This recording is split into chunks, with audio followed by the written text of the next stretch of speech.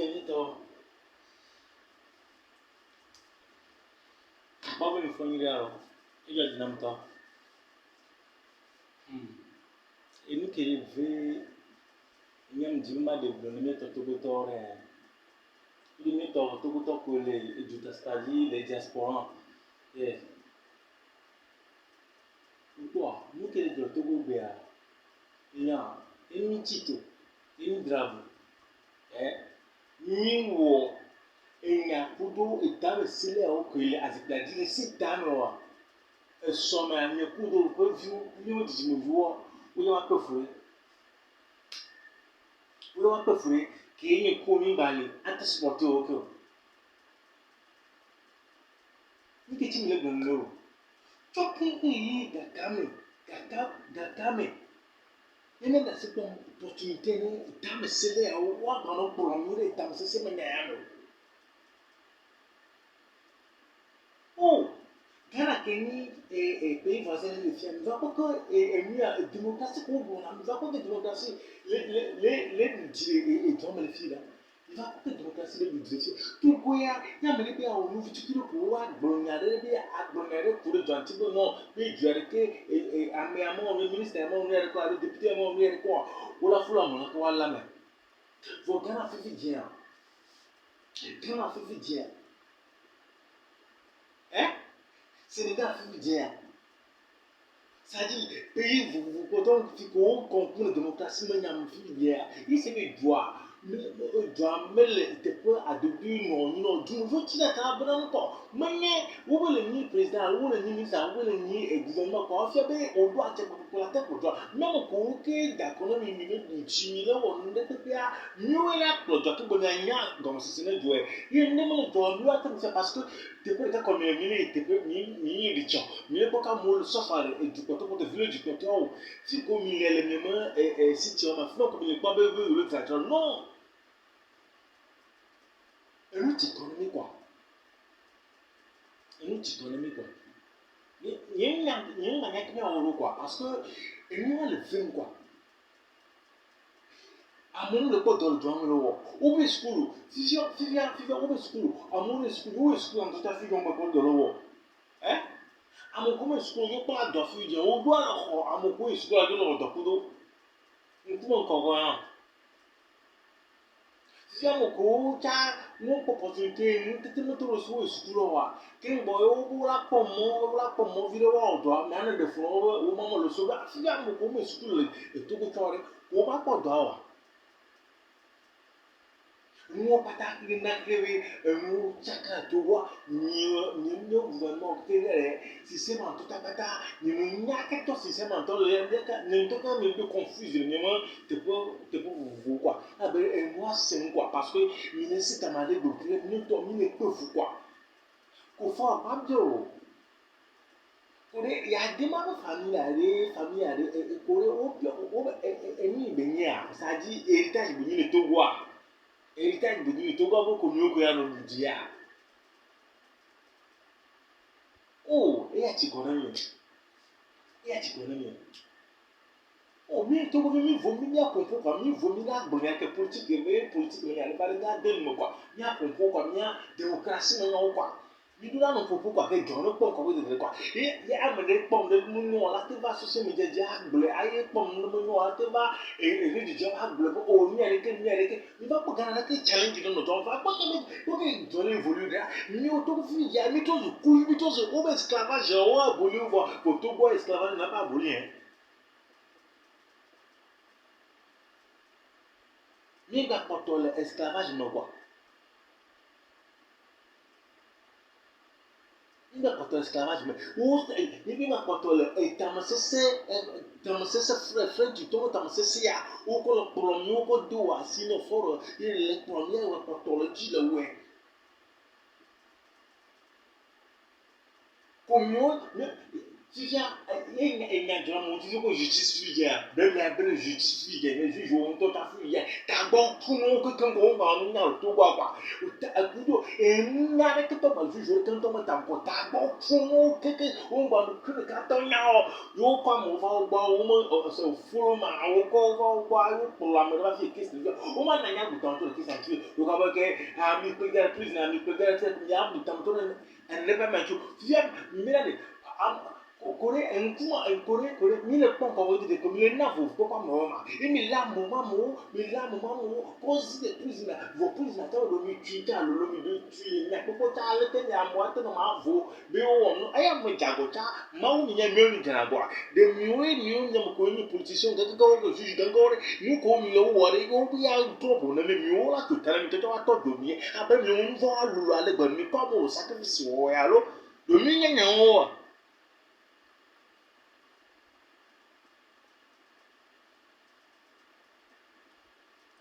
de mi nya o si le gouvernement mi do tata et moi pas ta renchi je nous que gouvernement blonné mi ayi mi awo mi bana se du mo vio mo nyare kan to ta ke mi bana samre kan to mo nyam to ta fi je ke e amia ya me gbonyare to ta o ni akwa me aji se na gbaje ko che gbonyare ni afo nga ko wo di fi je l'Amérique fi di fi je France que to ta le kon fi je France que mo ko pote mi fi je français que mo jana go fi ko wali wa tito o ati tendi wali kata zire ko o da wa ke ti pure no nchi nke na me o me o amere ye mo su o do nya lo apopo no su ma gbo ko wa apopo no ko to wo abatu nga ammo mo ga mo tura ko e po su no ka bena ndi tereji vo miwe ado komiti na te kala ma bonu ko mi le ti no bleble abanu ka mi mo fifoto ero le gouvernement a que gouvernement plomia ni ne o komita de ta nimse mi ya plomia ma abu mi elon mi le ko komita le gbo te le kama ni la se ko to ba na vo quoi nga ba na le de plus no si ya mo ko o fificha nya lo atakara aya mo ko o wa ma mo ko vi o nya lo ni takara bo sa dia mo ko ro ni relation sexuelle mo nya o be o nya de ka nya lo atere anu o ma amo ko wa mo ko fifi o mo o to le mo ko ga wo o va kpla angun to le tuma nu ko la wala ba sese wu ni ko la ba nu ka tam sese ni ba le fio ma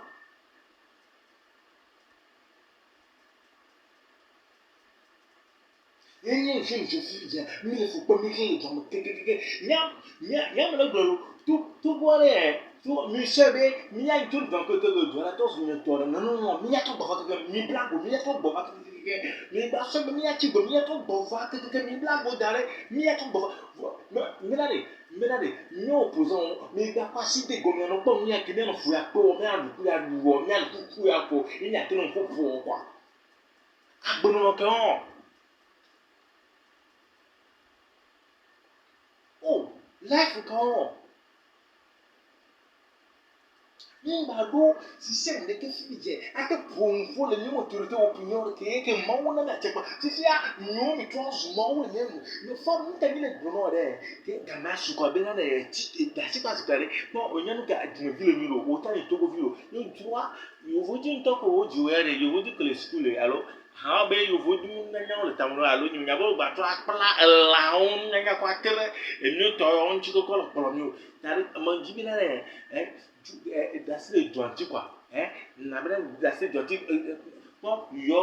ame ke du ko ɖe kɔ asi kɔ nɛ o nene bɛ o bɛ gbɛa o nutsi kɔna va kplɔ doa sadi enu sadi enu ya changement nu va enu ya système amu quoi changement nu va mi bɛ changement nu va quoi o ya nutɔ tsi kɔn do la dasi kɔ do antɔ sadi quoi ɛnpɛrɛ de akɔ enu ka ɛbalɔ fa ɖeka kɔ kplɔ mia emia do no fukpekpe ya ke mi ya de ba wɔ famille ya emiwo ko nye ŋusẽtɔa. Mieux que si gale quoi te produire. Oh, ni fuko mi na mi to go bio bia po fu vi ni akon bia da wo e.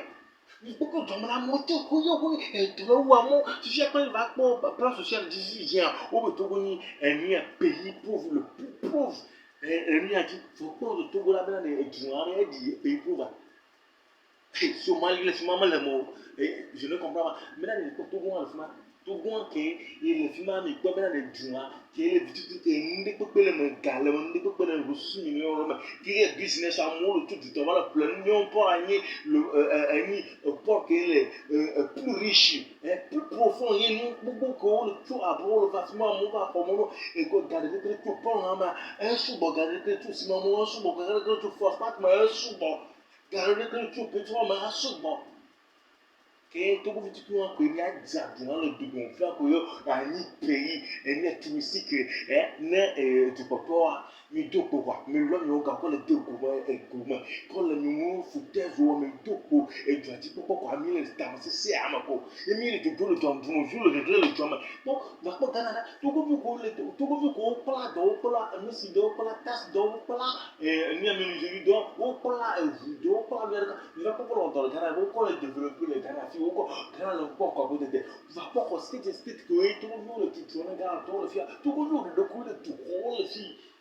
abo to ko ko nya de comment le tout on va tu moke yo ya mana de gâteau fi il est tout ko kana fi ya ya la ma to fi ka ko ga mi va ko kana fi ya na mais de ko ga chi gana le bobe gana nya ko ya ma ko ga zana tu na ko ke bien tia ko do ko non il ko state on mu tu ko vo ko nya ko mi na si ko mi tamni bona to ko do mi ma le mi la mi va grave toi te pare che drug mi grave tu te pare che te boba mi po gade mi da se ko mi ya volo drama ya wo mu ke mi dro mi ya o do na volo drama po ko de ka mi ato do mi do business na ka mo ya do fiazo boutique ko mi ka mo da mo no do la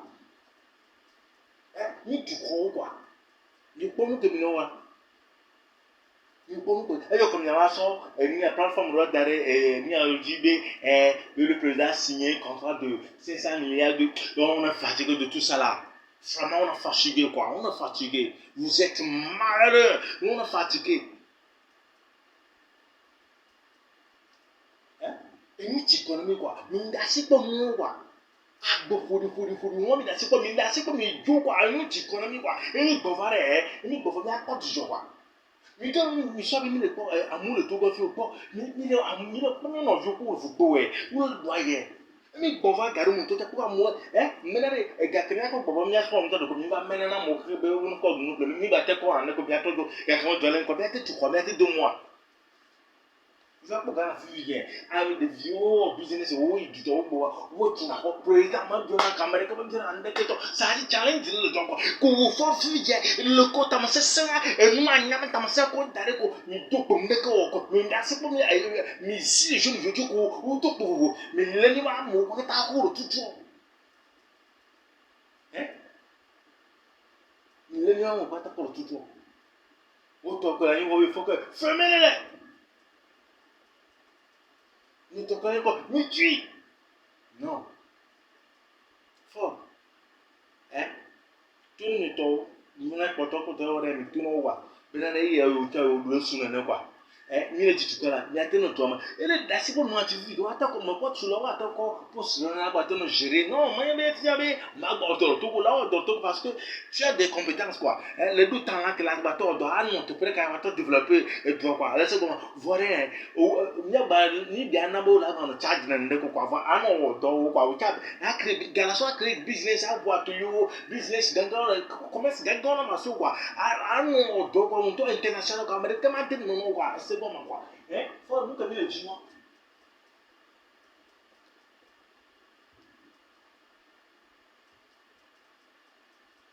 faut nous comme le chinois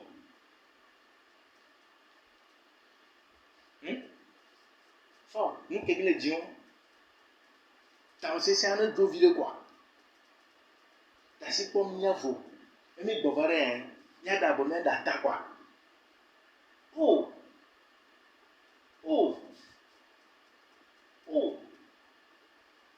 il n'a que vie to vrai mais tout fino que le considérer ni tout vieux bon il va lui du docteur le ni de ni tout bien que poko on a su qu'on a mis là nko amu bon ya change ni on a se le to que tan no mi do no mi ore fo ye mi la change lo mi la change vo mi akwa mi change ko mi to mi ti bo mi agbova mi la agbova Mi change nationalité bena mi le dzi nkɔkɔ didi ne mi me life mi le dzi nkɔkɔ didi ne be mi a réussi tsɔkɔ de vɔ parce que mi a gbɔ be mi le dzi nye be gake mi nya nɔtɔ gake mi katã ko le gbedifi mi diaspora ko le dida fi yɛ kekele gake mi a gbɔ va fi yɛ kekele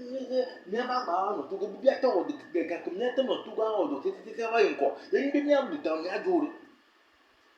ne ma nɔ fi ya. Non, non, qui est à quoi? Et nous, tu connais comme une assez bonne le pour moi. Mia voulu ton quoi? Mia vaut, il y a des gens qui sont inconscients, ou le rejeune, et autant les gens faut glober, et puis fort, toujours fort, que pour le temps, et nous, comme malo, tout, mais qui si, ministre, comme je dis, et t'en as go fire, mais mi que tout le monde, quoi, même au courbe, je connais, là, mais tout, et nous, je sais, mais quoi, let me tout, à merde, comme bien, let me tout, mais que tout le monde, quoi, you are fucking people.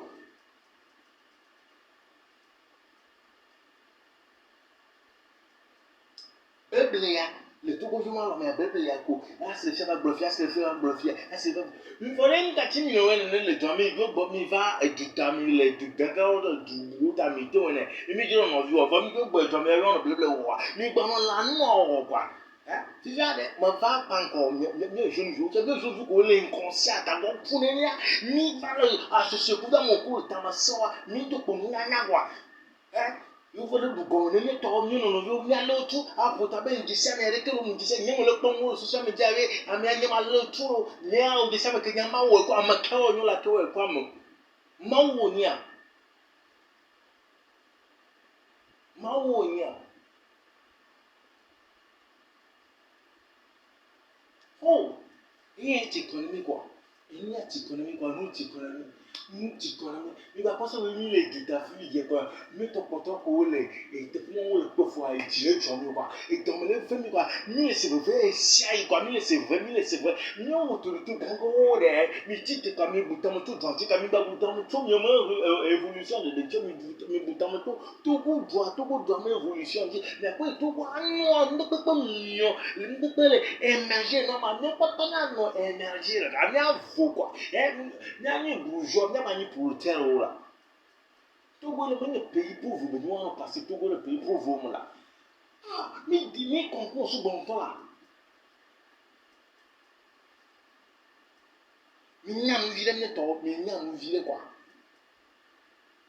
Il va pas Ghana faire que Ghana le président les Wonia ou Ghana tombe fix the country. This is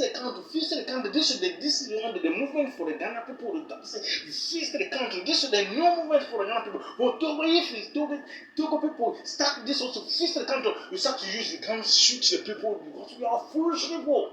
You don't understand the politics, you don't understand the democratic.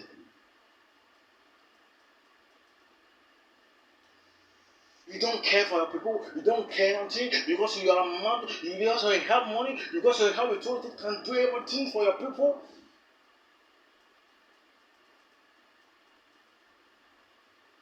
That's the nonsense. Si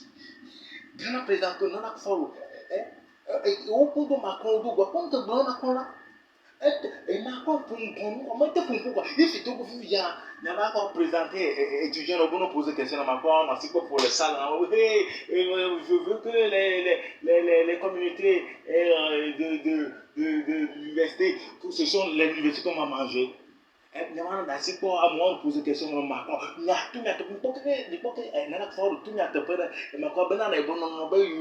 yome hia egble lo egble be Afrika be hia European me atse papa mo ne keke mo ya réussi o eye gbato président Ghana me hia France alo Europe me ne keke mo ya réussi o egble li ne fɔ to Ghana to tite to gbolo bena be nia nana fɔ ne da si bɔ ganti bɔ nana fɔ no enya no ka bi ya o ina ti bo eke magba to gbo fi be ibi ate bi ko lo na me ibi afi fo eni a demande afi bi ya te bi fi ya abo pa lo ngba bi ko lo ngba ba ke lo vo to go fi ya nta mo na to zuru ka ge o ka lo di dora le ngana no to lo ni ya na le teacher ti corriger na bibliothèque wa le teacher asengwa ale na no to to kwa chinyi de tumo fana kwa Egburu na makɔ bena yi me hia Macron me hia po enia européen mo ne me hia France mo ne ko we wa develop wo me situation le Ghana fi o abena ebe Afrique egbo mi pepe fi ya wo ti dia wo ya va me gbo fi ya wo va me gbo fi ya le to fi ya me ma présenter ni no étudiant vont poser question président nous ka full nous quand même full Ghana ma do effectivement de ni a sur étudiant ko wa te ko présenter ni a ma pas poser question nous que le droit nous une question de révolution pour l'évolution combattre pour la pauvreté hein nous que les droits que le Ghana tout le peuple non mo du fi don wo le développer wa du petit le drama il y a quelque chose où le jour le du Togo go figa mieux faut pas tous ou leader tous ou ta tous ou et mi a trophée les mi corps ta mi la si oui Togo bio ni Togo no kobo mi de kobo yo ya lui o la ni trophée les mi quoi et mi Togo figa comme mi a trophée que mi ma kobo nous sommes de à quoi blanc ni tellement o ni o pas à ho mi tous ou à ya nouveau quoi nous quoi ya nous trophée comme pour la si va quoi tout le monde connaît nous. Qu'est-ce que nous allons montrer nous motive, nous le pomme, nous avons fait signer quelque chose de milliards. Là, il y a nous on le fond quoi, banane am ni da am de ta fa no signer no be de am buta na ma de se pe ti no signer no be de ni quoi change ne ba quoi. Tu demande tu ne ba quoi. Faut quoi nous ka bénéficier ni a tellement ni changement nous quoi. Yakabe suku suku ni ndekento suku